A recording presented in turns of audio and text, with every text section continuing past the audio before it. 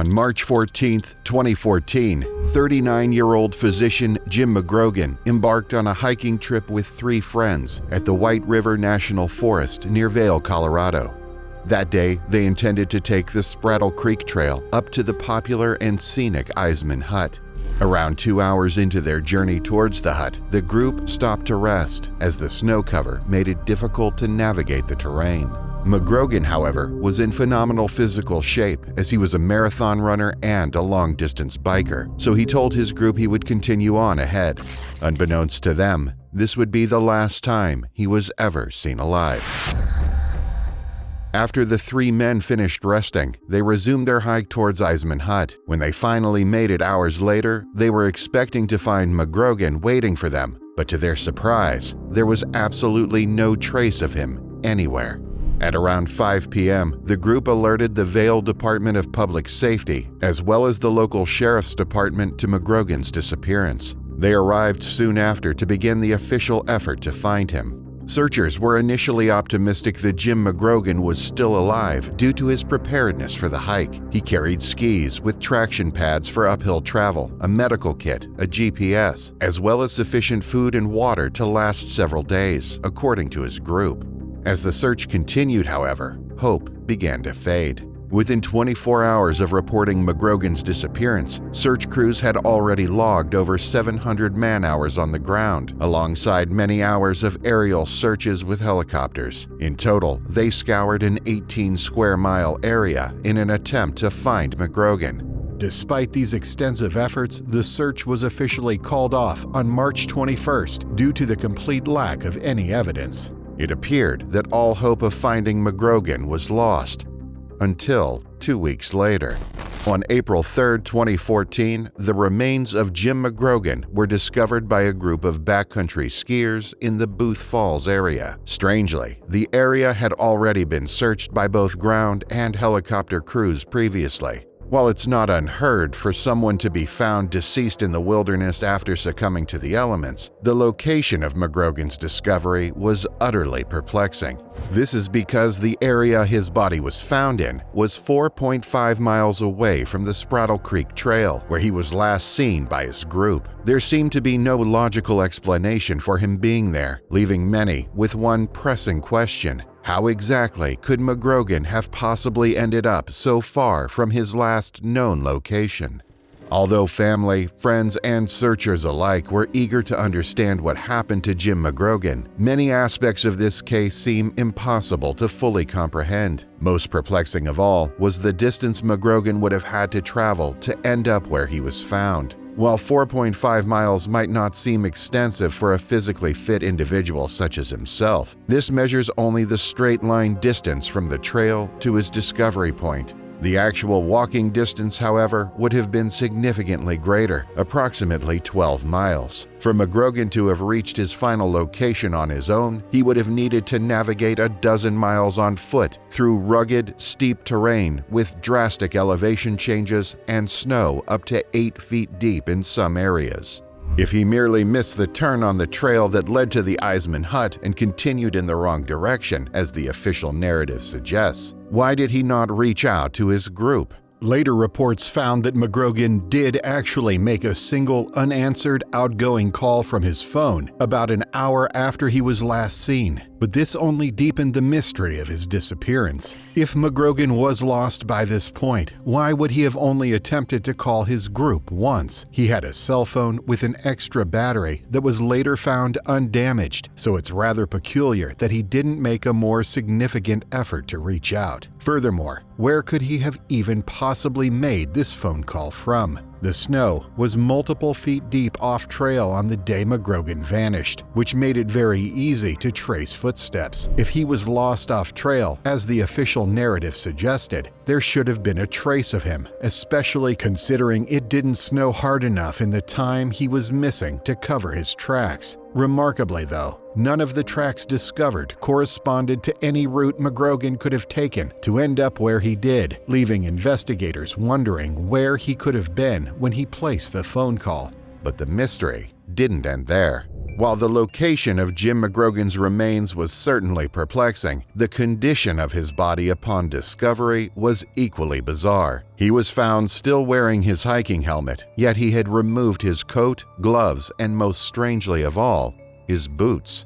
Everything was found near his body except for his boots, which were never recovered. Why would McGrogan have removed his boots, and at what point might he have done so? Furthermore, if he discarded the rest of his clothes nearby, why weren't his boots also there? It appears as if McGrogan discarded them separately, which makes no logical sense. The injuries McGrogan suffered were also baffling. According to the coroner, he died from multiple injuries, including head trauma, chest damage, and a broken femur. However, it's unclear how he could have sustained such severe injuries all over his body, as they didn't appear to be caused by his immediate surroundings. Given the severity of his injuries and the mystery of how he ended up where he did, some have even speculated that Jim McGrogan was dropped from the sky.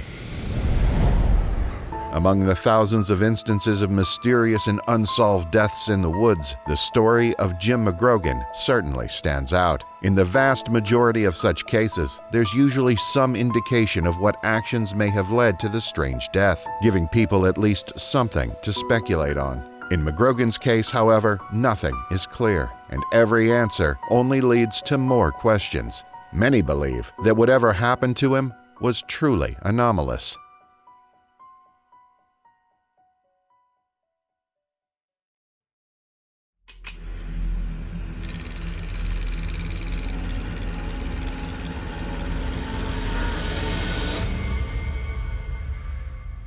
On June 6, 1980, 56-year-old coal miner Zigmund Adamski from Tingley, West Yorkshire, left his home in the afternoon to do some shopping for an upcoming family wedding. Unfortunately, however, he would never manage to make it back home. 5 days later, his body was found lying on top of a large pile of coal in a coal yard in Todmorden, approximately 20 miles away from his home.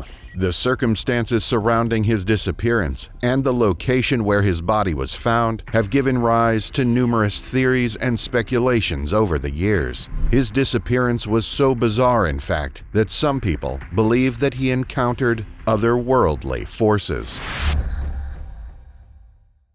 Zigmund Adamski was last seen seemingly in good spirits and health, looking forward to his family's upcoming celebrations. When he failed to return home, his family immediately became concerned, given the uncharacteristic nature of his disappearance. On June 11th, however, police contacted Adamski's wife, Lottie, to inform her that he had died under mysterious circumstances. His body was discovered by a man named Trevor Parker at 3:45 p.m., lying face up on top of a 12-foot pile of coal in the yard of a coal mine situated in Todmorden, 20 miles away from Adamski's home. Parker was adamant that he never saw Adamski enter the yard, and he was sure that he had not been there just hours before.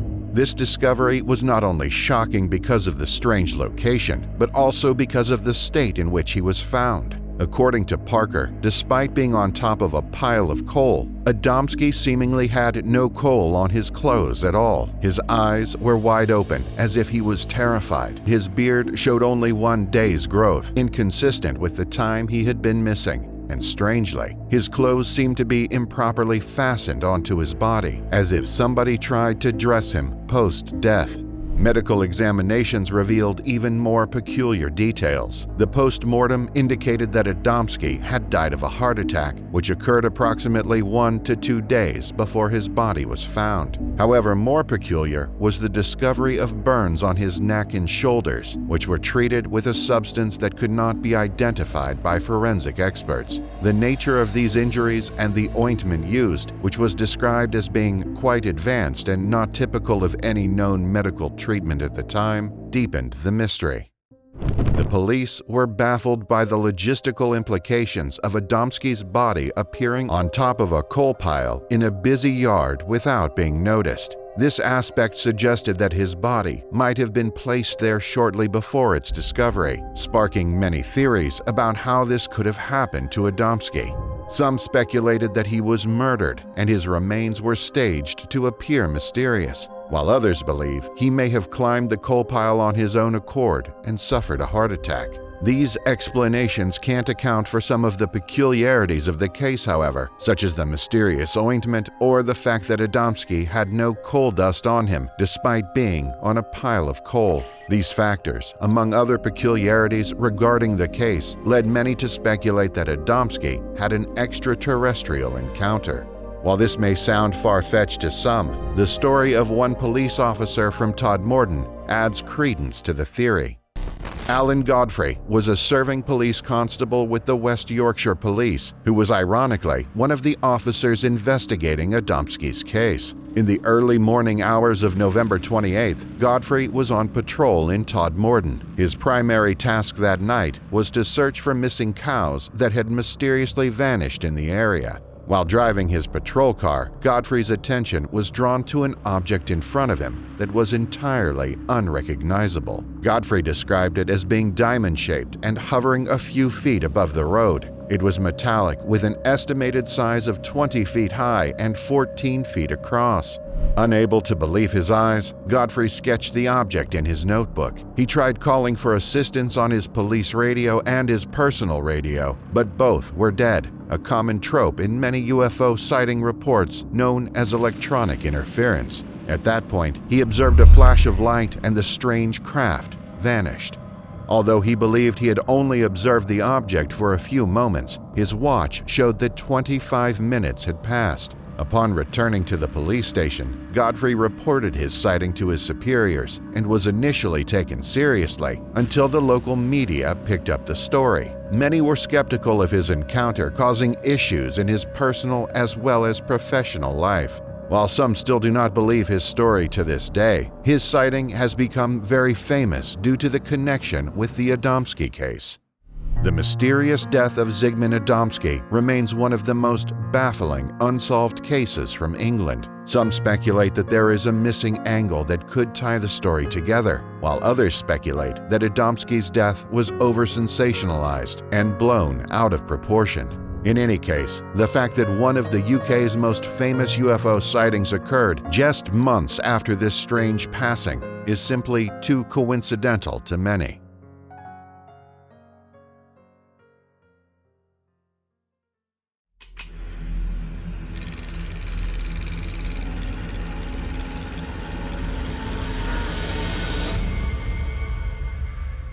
On December 24, 1975, 55-year-old Peter Gibbs, who was a seasoned aviator and Royal Air Force pilot, departed from the island of Mull in Scotland, flying a Cessna aircraft. Although he had flown thousands of times throughout his life, this particular occasion was different, as it would result in his mysterious disappearance and subsequent death.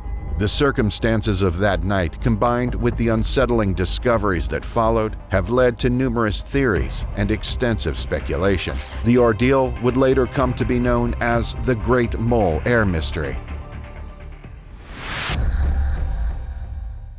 On December 20th of that year, Gibbs traveled via ferry to the island of Mull with his girlfriend, Felicity Granger, to inquire about some investment properties. While there, the couple planned to stay at the Glenforza Hotel within the Glenforza airfield. Shortly after arriving, Gibbs rented a Cessna F-150H aircraft from David Howitt, the hotel manager, in order to fly back and forth between nearby islands. On December 24th, it was a dark, rainy night at Glenforza Airfield, and the decision to fly under such conditions would generally be considered risky. Still, however, Gibbs, known for being confident, wanted to prove that he could do a night circuit and land the Cessna in the dark. Although he was warned against this, Gibbs headed towards the runway with Granger, who was tasked with helping to guide him in the dark using 2 torches. Within 20 minutes, Gibbs was already off the ground. Granger eagerly watched him as he slowly disappeared behind a line of trees. What she didn't know at the time was that she would be the last person to ever see him alive. When Gibbs failed to return to the runway after 20 minutes, Granger grew concerned. Given Gibbs's extensive flying experience, his prolonged absence was rather alarming and unexpected. After a little while longer, when it became clear that Gibbs was not going to return as planned, a search effort began to find him. These efforts included local aviation authorities as well as volunteers combing the nearby areas and waters. The adverse weather conditions and nightfall severely hampered these initial searches, however, providing no clues to Gibbs's whereabouts or the location of his aircraft.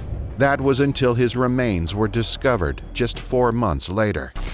On April 21, 1976, Peter Gibbs' body was discovered partway up a remote hillside about 1 mile from Glen Forza Airfield, not far from the road. This area had been thoroughly searched previously, and the hill was also frequented by local farmers and shepherds. Given these factors, it's perplexing that searchers initially missed him. The greater mystery, however, lies in how Gibbs could have ended up there.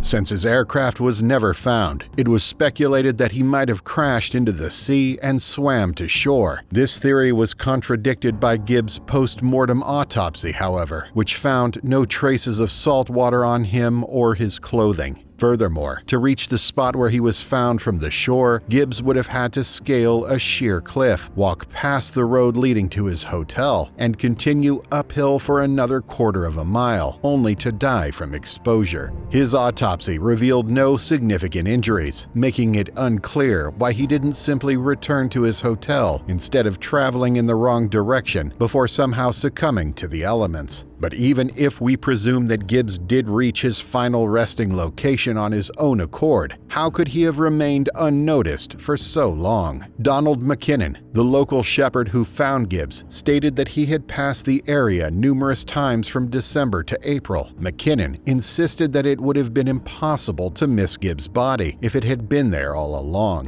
The absence of Gibbs's aircraft further added to the mystery of his case. Questions persist about when and why he might have become separated from his aircraft and where it ultimately ended up. In September 1986, a local clam diver reported seeing what appeared to be a Cessna aircraft submerged less than a half a mile from the shoreline, but subsequent searches yielded no findings. Other aircraft wreckage has been found in the area over the years. However, nothing has ever been conclusively tied to Gibbs. To this day, the location and fate of Gibbs's Cessna remain unsolved. The unresolved aspects of Peter Gibbs' disappearance have fueled various theories, ranging from the plausible to the outlandish. Some speculated that Gibbs might have been involved in covert operations, given his extensive military background. Others suggest that something more sinister, like foul play, was involved. Still to this day, no concrete explanation has been offered for how he could have appeared on a hillside that had already been searched, months after supposedly crashing into the sea.